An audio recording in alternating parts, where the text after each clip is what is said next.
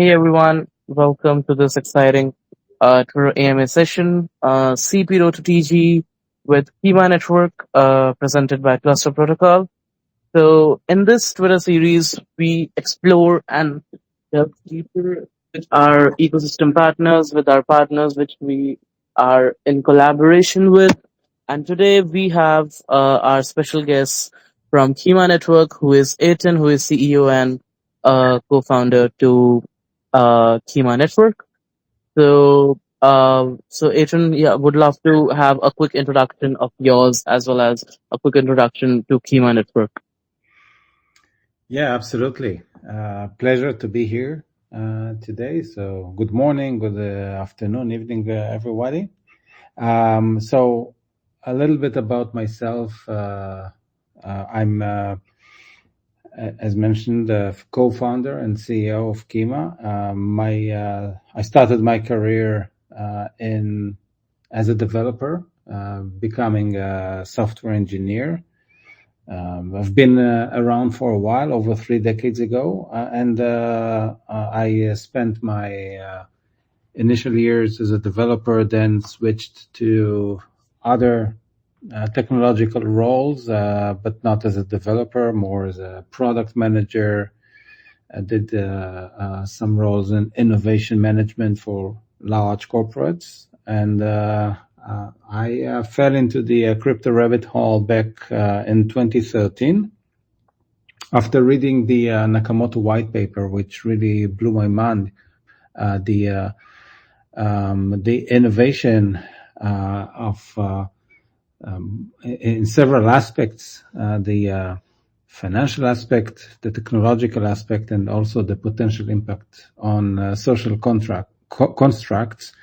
So I really started reading and also trying and using it myself.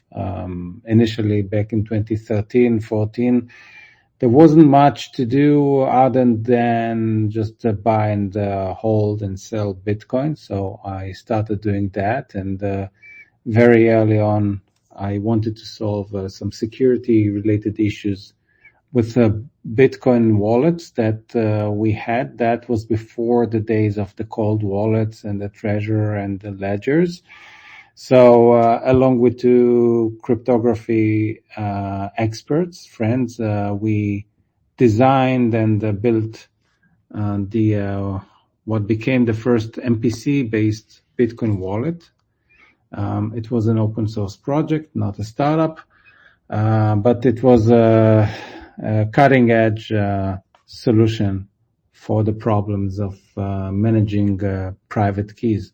I'm mentioning that because it is also related to what Kima does, which we will elaborate more today. But that was the very early project in that space. After that, I was part of several additional startup and projects, and started working on Kima 3 years ago.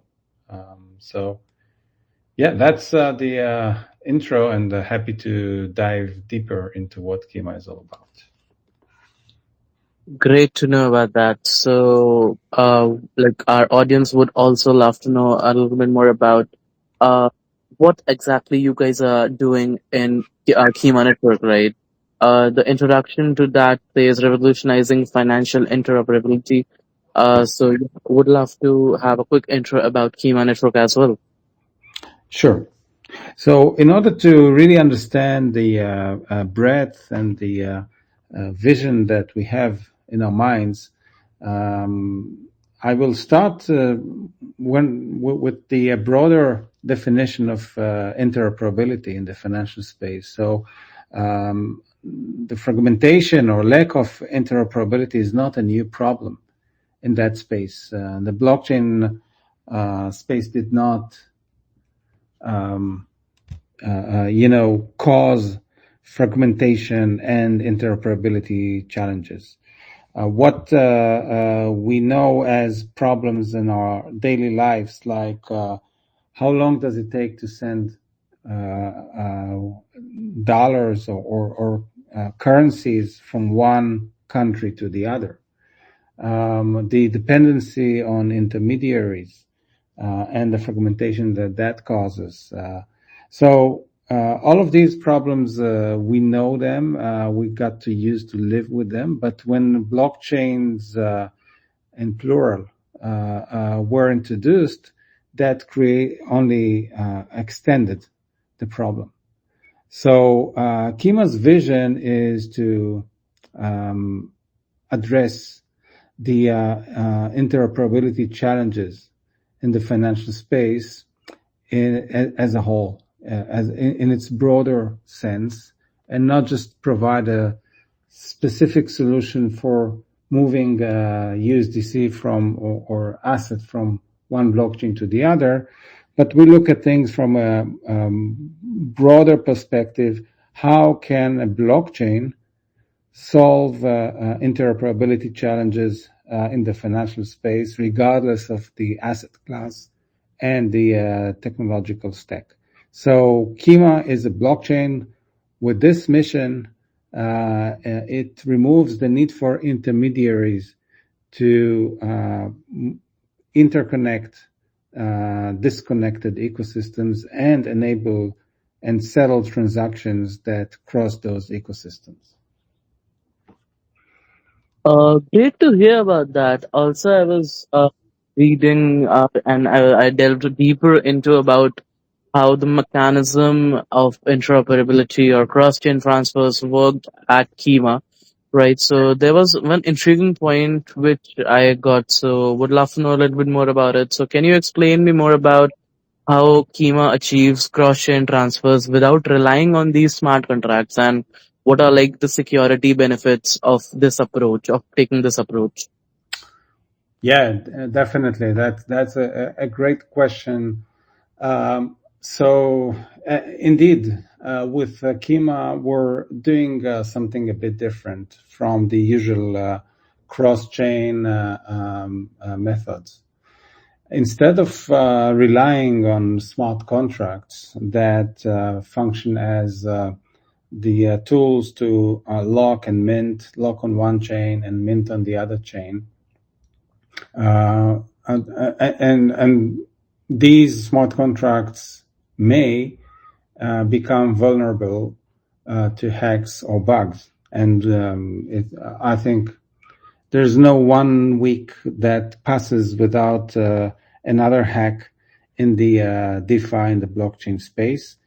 The majority of these hacks are caused due to bugs in smart contracts or improper management of keys of those smart contracts. So what we did very early on, we've designed a system to bypass these vulnerabilities entirely.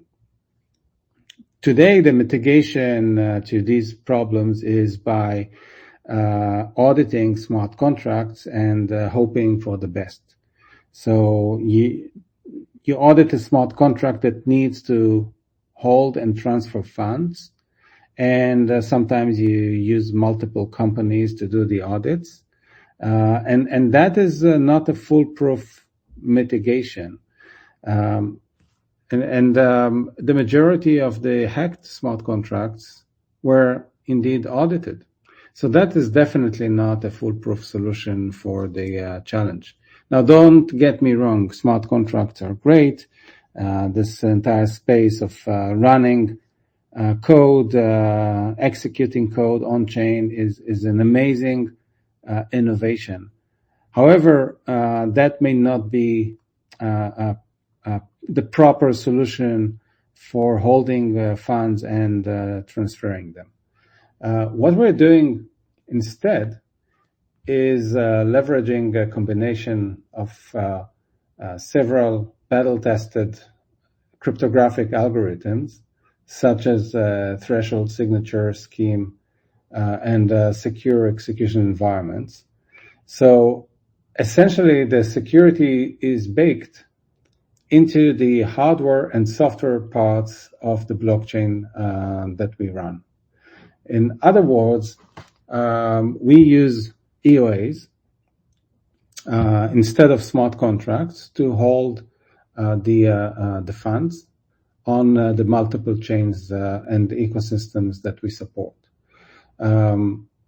The EOAs, so if I step back for a second, there are two ways to hold funds. One is using smart contracts.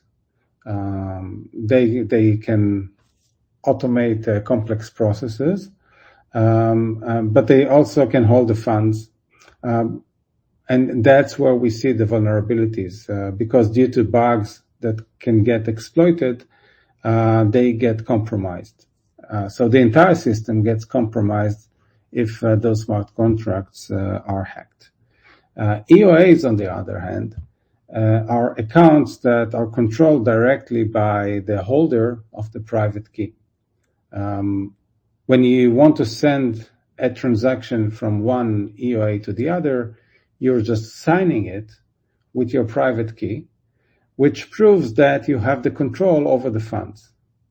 But the challenge is that if someone gets hold of your private key, they can access and move your assets.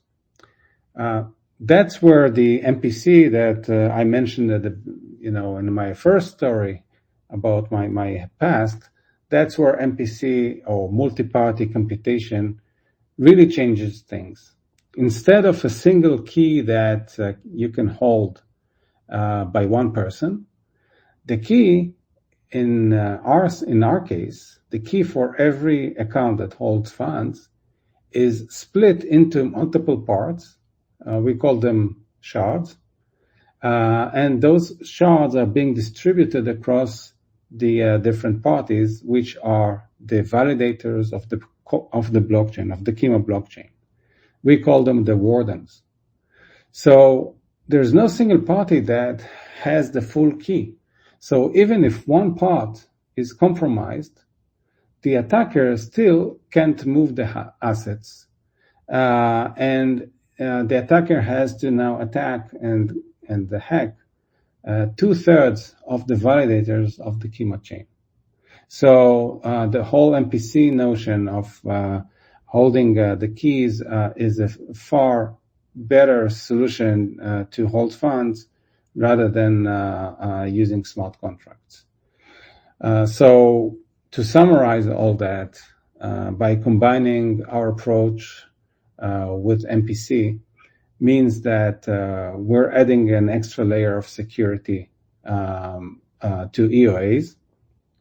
And once that is established, Kima transaction is as simple as two operations, a deposit and a withdrawal. So if you deposit funds on one chain to this secure EOA, and then you withdraw the same amount from the EOA on the other chain, then you get this valid transfer outcome that was expected at the beginning.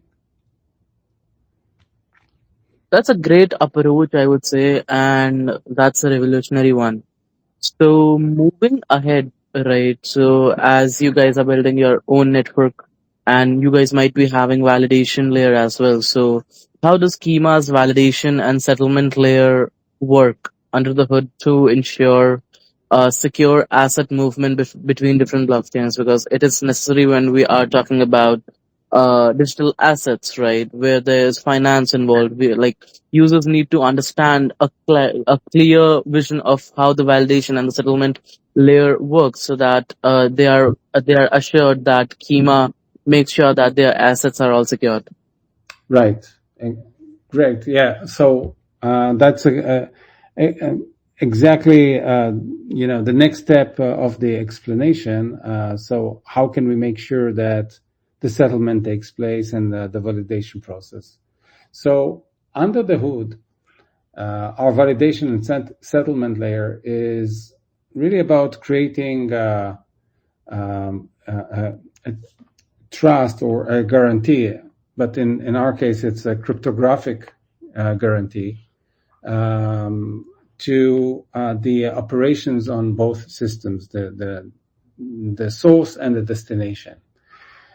So what happens is that when you want to move an asset from one blockchain to the other, or it may also be, by the way, another system, not just a blockchain, it could be also a bank account.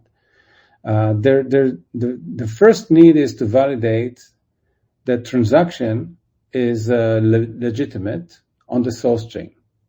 So if you want to move $10 from chain A to chain B, first the validators need to, or as we call them, wardens, they need to make sure that whoever initiates the transaction is a legitimate source. So the first thing that happens is that the source signs the deposit transaction on the source chain. And once the transaction is being signed, we are not just waiting for the funds to be moved. The Kima blockchain actually pulls the money from the account. So the user has to approve that transaction. And this is how we know for sure that the actual owner of the funds approves the transaction. So if we're moving $10 from, let's say, 10 USDC from Solana to Ethereum, the user that initiates the transaction actually has to sign us pulling this amount from their wallet. So there's no way to spoof the transaction, because if the transaction is being spoofed, the user would not sign that transaction. So that's securing the source part. And we're using light clients. So the Kima chain is connected through light clients, which is a reduced node, if you will, that just communicates with the blockchain and verifies the transactions. So all the validators can independently verify that deposit indeed took place. So if we have dozens of validators, each one independently connects to the source chain and verifies that it indeed happened, and then they all agree through a consensus that the deposit took place. Now, if the deposit took place, there's no risk anymore, and now we need to sign the withdrawal transaction on the destination chain. So if the deposit took place, and we can guarantee that, there's no problem in releasing the same amount on the target chain to the address that was originally provided by the transaction initiator. So now the Kima validators, they now join their private keys to sign a transaction on the destination that transfers funds from the EOA, which is the vault that holds the liquidity controlled by the blockchain, to the target address. Again, the signature is done through the light clients. So all the validators, they join their shards of the key, which I mentioned earlier. That creates the ability to sign a withdrawal transaction. And that's how we guarantee that the same amount is being sent to the destination. So to summarize all that, we had a guarantee on the source that the funds were deposited. If that does not happen, no withdrawal will take place. Once we know that the funds were deposited on the source to the Kima vault that holds the liquidity, then, and only then, a signature will take place to withdraw funds at the destination. So that's how we settle the transaction. Actually, the settlement, it's a long explanation, but the settlement is instantaneous. The Kima blockchain only adds a few seconds to this entire process So the overhead is minimal, and the once the finality occurs on the source chain, we immediately settle the transaction and send a withdrawal request. That's quite interesting and a great approach, I would say. So as Kima Network is having intersection in RWAs, in DeFi protocols, and enterprise blockchains, and many more things, right? So what kind of assets and ecosystem do you think or do you see Kima is having the biggest impact in the near future? Yeah, that's a good question, because honestly, the potential is pretty broad. But if I had to pinpoint, I'd say that we're going to see a big impact in real world assets first. Things like tokenized real estate, tokenized commodities, stocks, money market funds, and so on.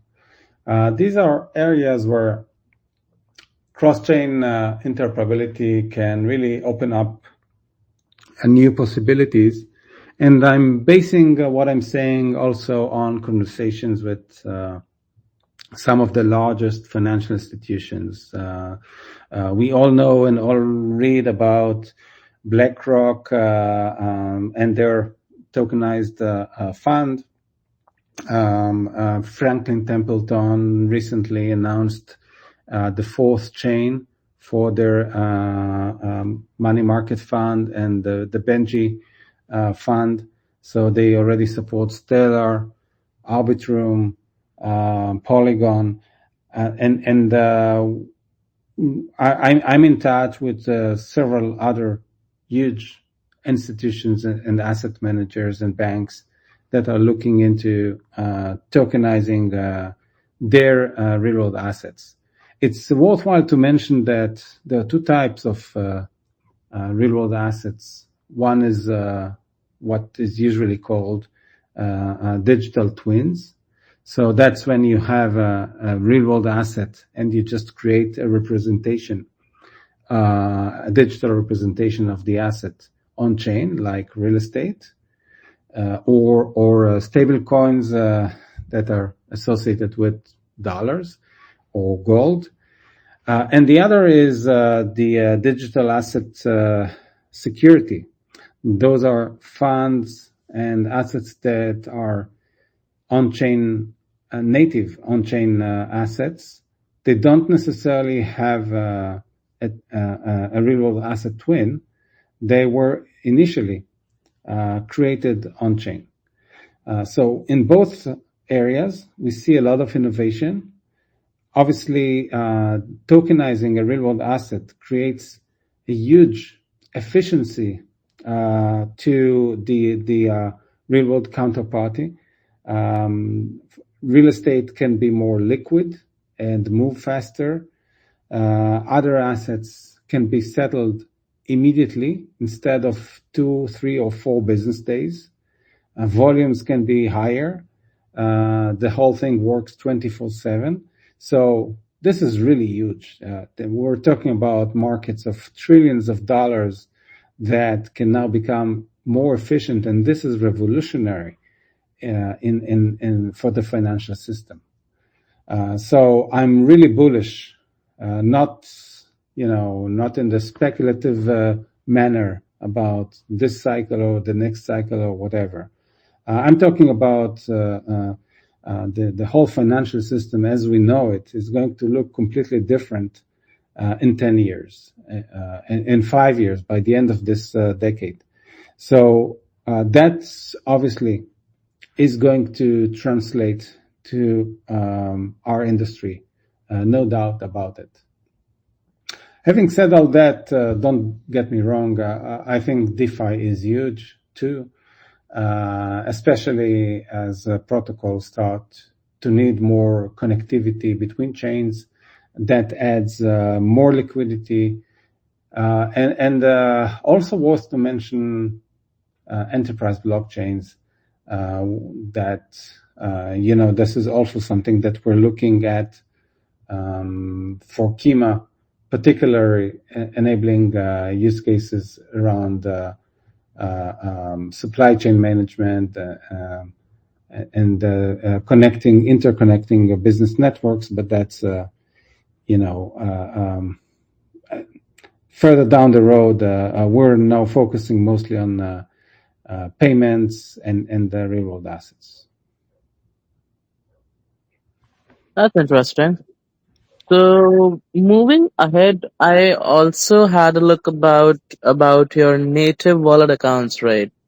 So how does one can use Kima's native wallet accounts as liquidity pools compared to alternative of like atomic pools, and what are the pros and cons of using them? Yeah. So the idea of using those accounts, EOAs or native wallets, as liquidity pools is kind of, the purpose is to simplify things. Because if you simplify things, there's less room for hackers to get in and exploit some defects. Now, you mentioned atomic swaps, so when you look at the atomic swaps, that the way they're implemented elsewhere in places other than Kima, so those are complex because you have to essentially lock an asset on both sides and hope that everything matches up perfectly. And in these smart contracts, again, there's no room for bugs. There are no room for defects. Now, I've been in this space for over 3 decades. This is, assuming that the new technology will get to this standard that the financial system got to after decades and decades of computer system and testing and hundreds of billions of dollars of investment. This is a bit naive. So we changed the way things are done for atomic swaps using our patent pending technology of these native accounts or native wallets. So what we're saying is if I have to simplify it, let's just use what's already there and proven. And those are those EOAs, externally owned accounts or wallets. The pro here is that it's a lot more straightforward. We're using battle-tested technologies that were not hacked, meaning using those wallets and MPC solutions. And therefore, this is less risky. We're not relying on those complex multi-step processes that can fail. And if you're looking at the atomic swaps and algorithms such as HTLC, hash time locked contracts, so Kima's approach is much simpler. And as I mentioned, it all relies on battle-tested algorithms. So it's not that we lose any functionality. On the contrary, we enable functionality that was difficult to achieve in a much simpler way. So these are the pros. If I have to pinpoint the cons, so the same thing that is the pro is also the con, simplicity. Kima, unlike chains that offer, smart contracts, which again are a fantastic innovation, we know how to do one thing well and only one thing, and that is to settle transactions. If you need those smart contracts for other purposes, the simplicity of the architecture doesn't allow it. So you pay with functionality, but we do this thing of settlements. We believe that we do it best. So that's the downside of specializing in one thing and one thing only. Great to know about that. So, yeah, we are moving forward for the last question for this AMA. So, would love to know a little bit more about, so as you guys are backed by MasterCard as well, right? So, how Kima is looking to improve the fiat crypto gateways and cross-border payments. Like, is it a thing available in Kima Network where people can do the fiat crypto, the on-ramp and the off-ramp things? And do you have any specific integrations with payment processors or banking APIs that are working, that you guys are working with, or you might be working with in future? Yes, sure. So, um, yeah, so one of the things that we pride ourselves is when we say that we're asset agnostic, we mean it. We're really asset agnostic. That means that Kima can handle stable coins, digital assets, and also fiat currencies by connecting to bank accounts. So the same mechanism that I described earlier of not using smart contracts and using accounts that function as wallets or vaults to hold money in order to enable this transfer from one chain to the other applies also to bank accounts. Instead of having a wallet, we have a bank account, and instead of holding the private key, we hold an API key to that bank account. Now, obviously, there is no blockchain that can own a bank account, not yet at least. So, as you mentioned, we do rely on third-party service providers that are compliant. They provide a regulatory framework. They do the KYC if needed. And we just connect through the API to those bank accounts. So essentially, now Kima that was enabling the bridging, we don't like to see ourselves as a bridge. We are the enablers of bridges that can be built on top of Kima. So now a bridge can be built on top of Kima to be an on-ramp solution as well. Our infrastructure enables a more competitive pricing to the existing on-ramp and off-ramp solutions. So we are not, there's no UI in Kima that enables you to now on-ramp dollars to USDC. But if you're an application that wants to enable the purchase of crypto assets using fiat, you can use Kima to do the on-ramp through the Kima API. And we do that by partnering with service providers in various jurisdictions. So in terms of availability, this functionality is not available yet. We're about, so in terms of the roadmap, we're going to release our mainnet early October, and we first want to stabilize the network. We already have the service provider that we're testing our solution with, that will give us cover in Europe. So the entire European Union, that means that you will be able to do SIPA transfers and credit card transactions in Europe,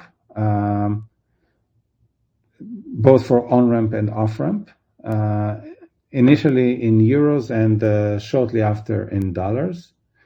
And as this is for us the pilot, as we move forward, we will extend it to additional jurisdictions beyond Europe.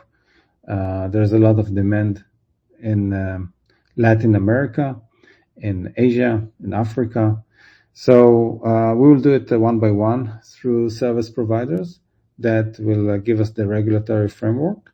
But technically speaking, this is all the same solution. Technically, it's more an operational and business collaboration. And the rollout for that is planned starting end of Q4 or beginning of next year. And next year we'll expand it globally to additional regions. Great to know about that, and great to know about you guys expanding. We got some information about the mainnet launch as well from you guys. So yeah, we are about to end this Twitter space, this AMA, this quite insightful AMA session. Ethan, so is there any alpha you would love to give to the community? Maybe some alpha which you haven't shared around, maybe something around maybe airdrops, maybe something around any other stuff around Kima Network you would love to share around here, maybe some product insights, maybe something which the community could know. Yes, so we would love to. We already have a vibrant community, but we would love to extend it. So if any of you are intrigued by the future of interoperability, not only in the blockchain space, but rather in any financial use case, including and abstracting the fragmentation between digital assets and traditional assets. So I invite you to be part of our journey. We have quite a few challenges, and we rolled out the incentivized testnet, where we invite people like you to try out how Kima works, and yeah, it's quite a fun set of challenges and campaigns, and we would like to eventually reward our community in any way possible. So come help us be part of the journey. Give us your feedback, and we would like to expand this community as much as possible. So once the network is out there, and that's the second part. If you're a developer developing a protocol, an application, a DApp, or just involved in even a Web2 application that wants to extend to the digital asset space, just give us a shout out. Let us know. We are working with several early adopters, and we have a grant program for these early adopters. So I invite the builders here to join us as well. Great one. So yeah, with that being said, thank you, Ethan. Thank you, Kima Network. It was a pleasure to host you guys here in our AMA session. Uh, so yeah, like it was insightful. Some last words or some last thoughts, Ethan, from you, and then we'll close the session off. Just thanking you all. Thank you for listening. Thank you for giving me the stage to share our insights about Kima, and hope to be in touch with every one of you being part of our journey. Great one. And also, guys, don't forget to follow Kima Network and Ethan personally as well. And the whole team of Kima Network as well. They are doing pretty well in the interoperability space. And yeah, with that being said, this is your host, YJ, signing off from Cluster Protocols. See you guys in some other Twitter space on none other than Cluster Protocols Twitter handle. Till then, take care. See you. Bye bye. Bye bye.